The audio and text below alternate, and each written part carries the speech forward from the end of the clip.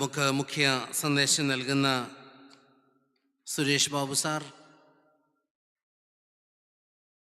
മഹായിടവകയുടെ clergy secretary Aniyan K Polachan, ecology department director Mathew Koch sir, വന്യർ അനിയൻ അനിലച്ചൻ,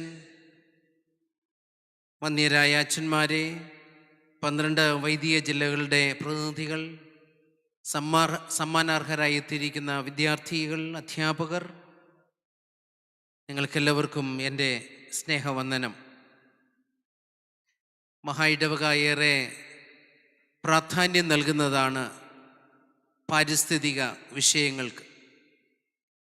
പലപ്പോഴും ഉണ്ടാകുന്നൊരു ചോദ്യമായിരുന്നു വിശ്വാസവും പരിസ്ഥിതിയുമായി എന്താണ് ബന്ധം എന്നൊക്കെ. മനുഷ്യൻ ജീവിക്കുന്ന ഈ ലോകത്തെ സംരക്ഷിച്ച് നിലനിർത്തേണ്ടത് നമ്മുടെ ദൗത്യമാണ്. ദൈവം മനുഷ്യനെ ഭൂമിയിലാക്കിയത് അതിനെ പരിപാലിക്കുന്നതിന്, ചൂഷണം ചെയ്യുന്നതിനല്ല. അത് നിലനിർത്തേണ്ടത് നമ്മളുടെയൊക്കെ ആവശ്യമാണ്. ലോകരാഷ്ട്രങ്ങൾ അതിന് മുൻകൈ എടുക്കേണ്ടതുമാണ്. എന്നാൽ അമേരിക്ക തുടങ്ങിയ വികസിത രാജ്യങ്ങൾ, പ്രത്യേകിച്ച് US ഇന്നെടുക്കുന്ന നിലപാടുകൾ ഈ പാരിസ്ഥിതിക പ്രവർത്തനങ്ങൾക്ക് ആഘാതമാണ് എന്നതിൽ യാതൊരു സംശയവുമില്ല. പല മേഖലകളിൽ നിന്നും ഇപ്പോഴുള്ള US-ൻ്റെ പിന്മാറ്റം, കാർബൺ ഇമിഷൻ അതിൻ്റെ തോത് കുറയ്ക്കുന്നതിനൊക്കെയുള്ള ചിന്തകളിൽ നിന്ന്, തീരുമാനങ്ങളിൽ നിന്ന് പിന്മാറുന്നു എന്നത് ലോകത്തിന് തന്നെ ഏറെ അപകടകരമായൊരു സാഹചര്യമാണ് എന്നെടുത്ത് പറയേണ്ടത്. എന്നാൽ നമ്മുടേതായ പങ്ക് നമുക്ക് നിർവഹിക്കുവാൻ ഏറെയുണ്ട്. സഭ അതുകൊണ്ടാണ് കഴിഞ്ഞ 25 വർഷമായി പാരിസ്ഥിതിക പ്രവർത്തനങ്ങൾക്ക് മുൻതൂക്കം നൽകുന്നത്. മാത്യു സാർ ഓർപ്പിച്ചതുപോലെ നമ്മളുടെ കൺവെൻഷൻ എല്ലാ വർഷവും ഒരു സെഷൻ ഇതിനു വേണ്ടി വേർതിരിക്കുന്നു. 12 വൈദിക ജില്ലകളിൽ നിന്നായി ഇത്രയും പ്രതിനിധികൾ എത്തി എന്നുള്ളതും ഏറെ സന്തോഷമാണ്. ജില്ലകളിൽ ഇതിനെപ്പറ്റിയുള്ള പഠനങ്ങളും ചിന്തകളുമൊക്കെ നടക്കുന്നു. ഈ കഴിഞ്ഞ വർഷം നമ്മൾ എടുത്ത ഒരു നിലപാടായിരുന്നു ഡയസിസിനെ കഴിയുന്നിടത്തോളം കാർബൺ ന്യൂട്രൽ ആക്കുക എന്ന നിലപാട്. നമ്മുടെ കുറേ ഇടവകകളെങ്കിലും, സാമ്പത്തികമായി മുന്നിൽ നിൽക്കുന്ന ഇടവകകളും അതോടൊപ്പം തന്നെ സ്ഥാപനങ്ങളും സൗരോർജത്തിലേക്ക് തിരിയുന്നതിന് മുൻകൈ എടുത്തു. അവരെയൊക്കെ പ്രത്യേകം അഭിനന്ദിക്കുക. അത് മാത്രമല്ല, ഈ ഒരു മെസ്സേജ് കാർബൺ ന്യൂട്രൽ അതിനായി അധ്വാനിക്കേണ്ടത് നമ്മുടെ ദൗത്യമാണ് എന്നുള്ളൊരു ബോധ്യം ആളുകളിലേക്ക് എത്തിക്കുന്നതിന് ഒരു പരിധി വരെ നമുക്ക് സാധിച്ചിട്ടുണ്ട്. ഇതിനെ വിമർശനാത്മകമായി കാണുന്നവരുമുണ്ട്. വിമർശനാത്മകമായി കാണുന്നതും ആളുകൾക്ക് ഇതിനെപ്പറ്റി ചിന്തിക്കുവാൻ വഴിയൊരുക്കുന്നു എന്നുള്ളതാണ് ഏറെ സന്തോഷകരമായ കാര്യം. അപ്പോൾ ഏത് വിധേനയും നമ്മളുടെ പരിശ്രമം അടുത്ത തലമുറയ്ക്ക് ഈ ലോകം നമുക്ക് ലഭ്യമായതുപോലെയോ അതിനേക്കാൾ അല്പം കൂടെ സൗകര്യപ്രദമായോ അടുത്ത തലമുറയ്ക്ക് കൈമാറേണ്ട ഉത്തരവാദിത്വം നമുക്കുണ്ട്. അതിന് നമ്മുടെ പങ്കെന്താണ്? ഇന്ന് ചൂട് വർദ്ധിച്ചു വരുന്നു. ഇപ്പോൾ വേറൊരു ഭാഗത്ത് അതിശൈത്യമാണ്. ഒരിക്കൽ പോലും സ്നോ വീണിട്ടില്ലാത്ത സ്ഥലങ്ങളിലൊക്കെ സ്നോ പെയ്തിറങ്ങി കൂന കൂടുന്ന ചരിത്രങ്ങളാണ് ഇന്ന് നമ്മൾ കണ്ടുകൊണ്ടിരിക്കുന്നത്. അപ്പോൾ കാലാവസ്ഥ തന്നെ മാറിക്കൊണ്ടിരിക്കുന്നു. കാരണക്കാരാരാ? നമ്മൾ തന്നെയാണ്. നമുക്കതിന് പങ്കില്ല എന്ന് പറഞ്ഞ് മാറി നിൽക്കാനൊക്കില്ല. ഇനിയും കൂടുതൽ ഇത് വഷളാകാതിരിക്കണമെങ്കിൽ നമ്മളുടെ കൂട്ടായ പരിശ്രമം ഉണ്ടായേ മതിയാകുകയുള്ളൂ. അതിനുവേണ്ടിയുള്ള ഒരു ബോധവൽക്കരണം ഒരു ഭാഗത്ത്. സ്കൂൾ വിദ്യാർത്ഥികൾ ഇവിടെ കൂടെയുണ്ട് എന്നുള്ളത് അവർക്കിതിനെ കുറിച്ച് കൂടുതൽ ബോധവാന്മാരാകുന്നത്, ബോധവതികളാകുന്നത് ഒരു നീണ്ട കാലം ഇതിൻ്റെ അംബാസഡേഴ്സായി, പാരിസ്ഥിതിക പ്രവർത്തനങ്ങളുടെ അംബാസഡേഴ്സായി പ്രവർത്തിക്കുന്നതിന് അവർക്ക് സാധിക്കും. നമ്മ ഈ കഴിഞ്ഞ ഇടയ്ക്ക് കുട്ടികളിലേക്കാണ് കൂടുതൽ ശ്രദ്ധ ചെലുത്തിയത്. ഓൺലൈൻ കോഴ്സുകൾ CMS കോളേജുമായി ചേർന്ന് നടത്തി. അതോടൊപ്പം തന്നെ ഇന്ത്യയിൽ നിന്ന് ലഭിക്കാവുന്ന പ്രഗത്ഭരായ ലീഡേഴ്സിനെ ചേർത്തുകൊണ്ട് 50 ക്ലാസ്സുകൾ അറേഞ്ച് ചെയ്തു. അതൊക്കെ മാത്യു സാറിൻ്റെ കഠിനാധ്വാനമാണ്. അതിനെ നന്നായി ഉപയോഗിച്ച ആളുകളുണ്ട്. എന്നാൽ അതിന് ഓൺലൈനിൽ കൃത്യമായി പ്രവേശിക്കാഞ്ഞവരുണ്ട്. കേരളത്തിൽ നിന്ന് മാത്രമല്ല, കേരളത്തിന് വെളിയിൽ നിന്നുള്ള വിദ്യാർത്ഥികളും അതിൽ പങ്കാളികളായി. എൻ്റെ വാലിഡേറ്ററി സെഷനിൽ എനിക്കും പങ്കെടുക്കുവാൻ സാധിച്ചു. ഞങ്ങൾ 88-90 കാലഘട്ടങ്ങളിൽ പ്രവർത്തിച്ച ആന്ധ്രയിൽ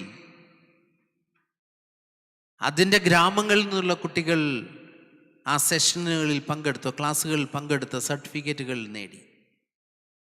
അപ്പോൾ ഇതൊക്കെ നമ്മൾ എടുക്കുന്ന എഫേർട്ട് മുതിർന്നവരിലേക്ക് ഈ മെസ്സേജ് കൊടുക്കുന്നതിനേക്കാൾ കൂടുതൽ ഇളം തലമുറയിലേക്ക് മെസ്സേജ് കൊടുത്താൽ അതിന് ആയുസ് കൂടുതലുണ്ട്.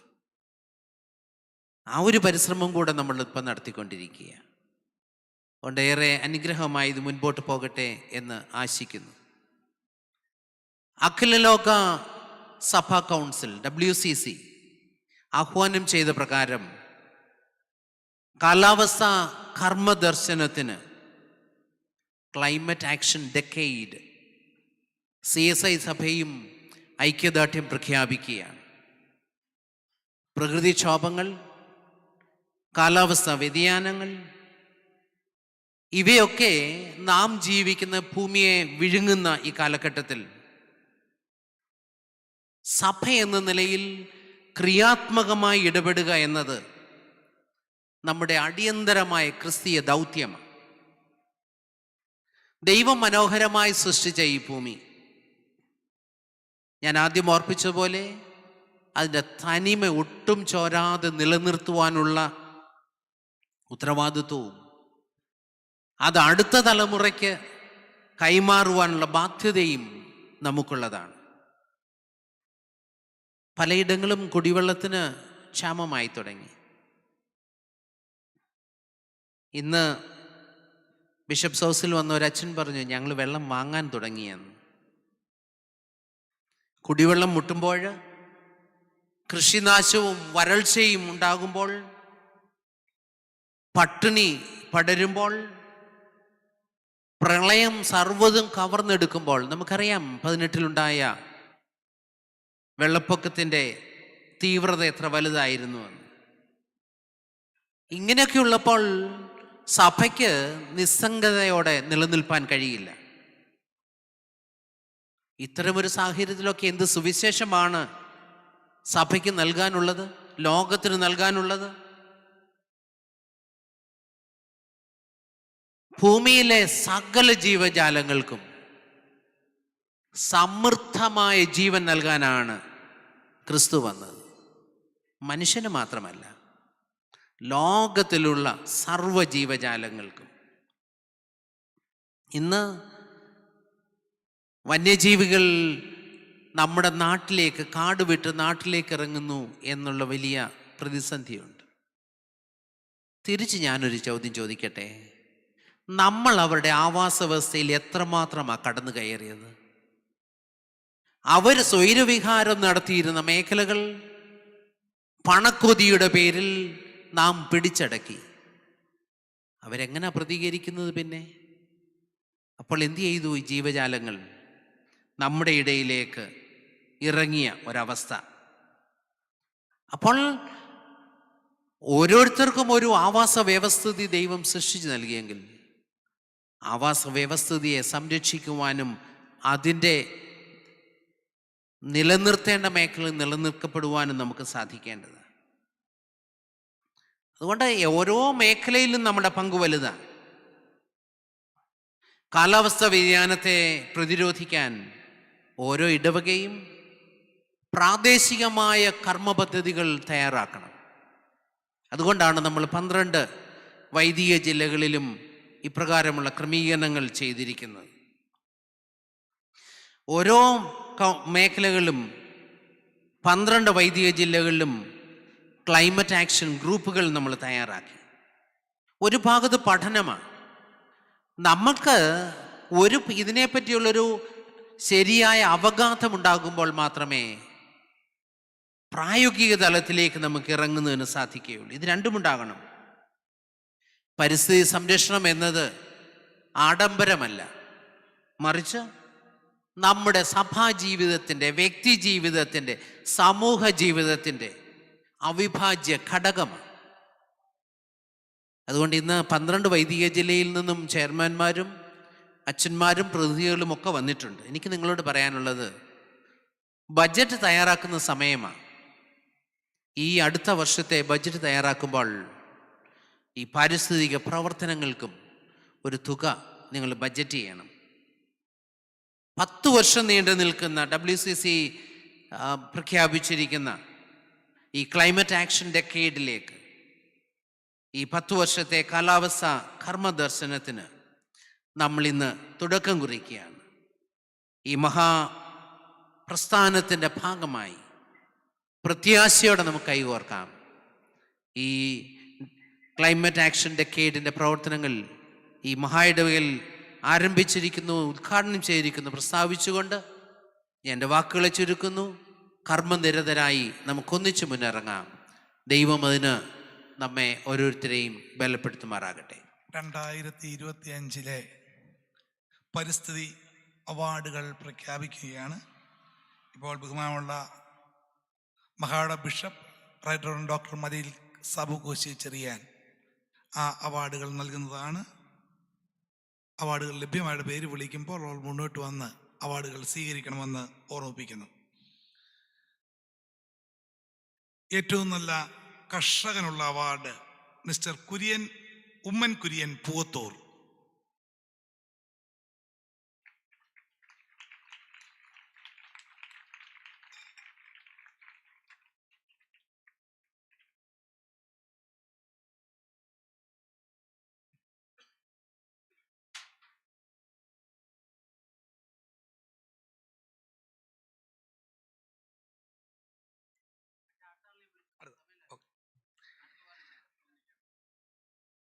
അടുത്തത് ഗ്രീൻ സ്കൂൾ അവാർഡുകളാണ് വിളിക്കുന്നത്. അത് റവറൻ PM കോശിയുടെ, പുന്നക്കാട് മലയിൽ റവറൻ PM കോശിയുടെ ഓർമ്മയ്ക്കായി മക്കൾ നൽകി വരുന്ന അവാർഡുകളാണ്. ഒന്നാമതായി 5 സ്റ്റാർ പദവിയോടുകൂടി CMS കോളേജ് ഹൈസ്കൂൾ കോട്ടയം.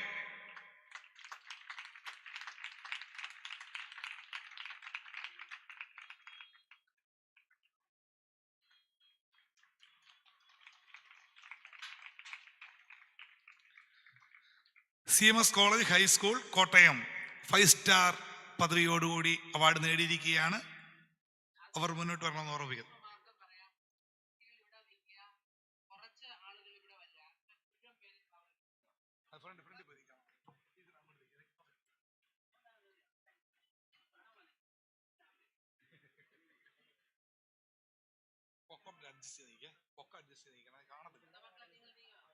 അങ്ങോട്ട് കയറുന്നു, അങ്ങോട്ട് പോകും മക്കളെ, നിങ്ങളല്ലേ.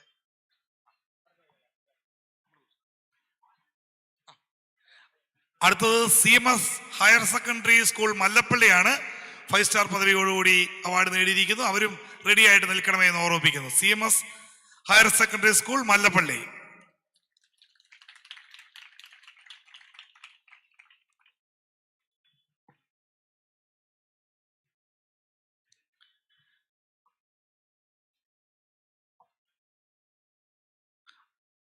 അതിനുശേഷം 3 സ്റ്റാർ പദവിയോടുകൂടി ബുക്കാനാൻ ഗേൾസ് ഇൻസ്റ്റിറ്റ്യൂട്ട് പള്ളം, അവരും അതിനുശേഷം മുന്നോട്ട് വരണമേ എന്ന് ഓർമ്മിപ്പിക്കുന്നു.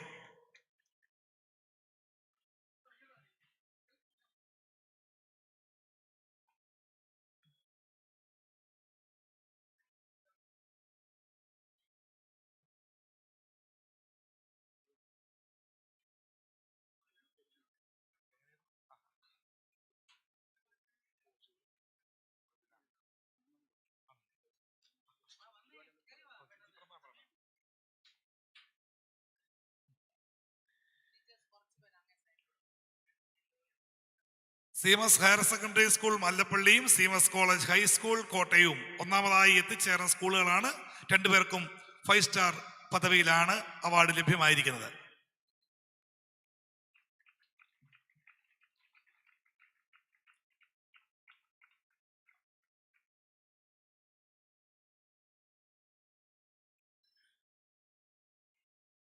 ത്രീ സ്റ്റാർ പദവിയോട് കൂടി അവാർഡ് ലഭ്യമായ ബുക്കാനൻ ഗേൾസ് ഇൻസ്റ്റിറ്റ്യൂട്ട് പള്ളം.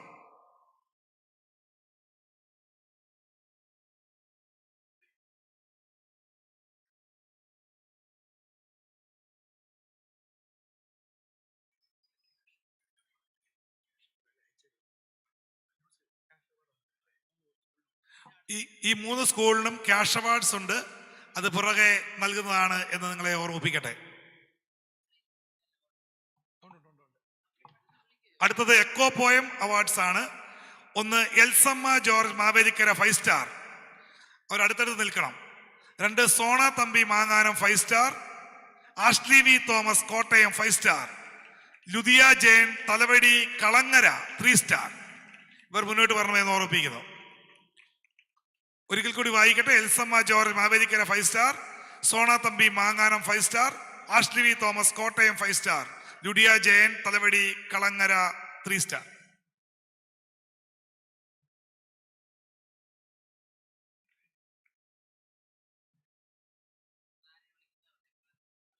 ആദ്യം Elsamma George Mavelikkara.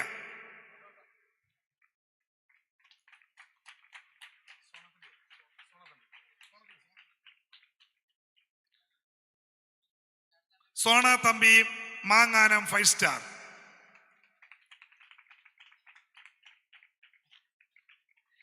Ashley V Thomas Kottayam 5 star,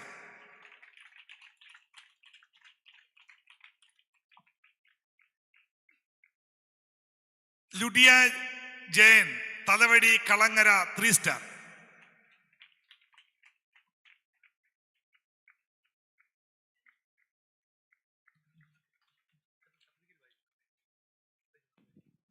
Now we are honoring our green ambassadors. We request Sudhi Cherian sir to declare the names. Green ambassadors.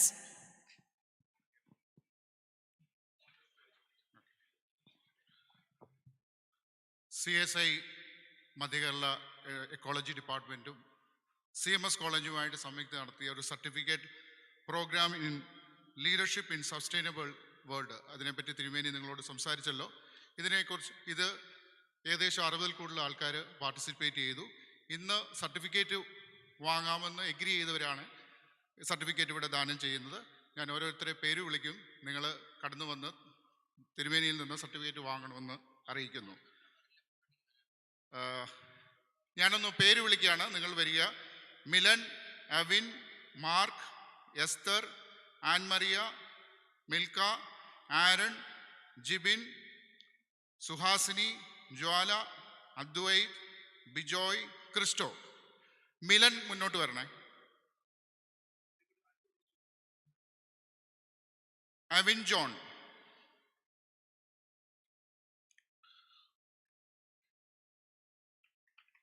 Mark Pramod, Esther Eliza George, Ann Maria N George,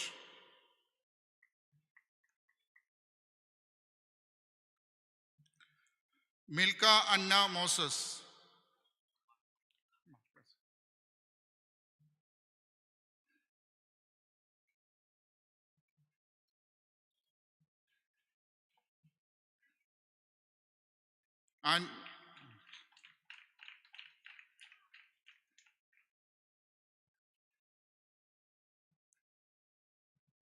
Milka Anna Moses, Aaron Jo Vinod, Jibin Jacob,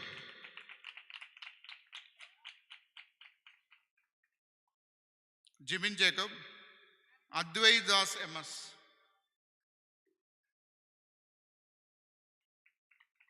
Cristo Saji Mathew,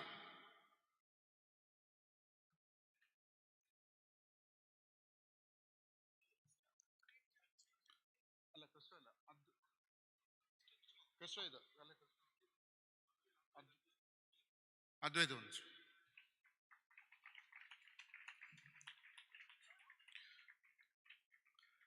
ഇനിയും 3 സർട്ടിഫിക്കറ്റോട് കൊടുക്കുന്നത് നമ്മുടെ കാട്ടർപള്ളി മിഷനുമായിട്ട് ബന്ധപ്പെട്ടാണ്.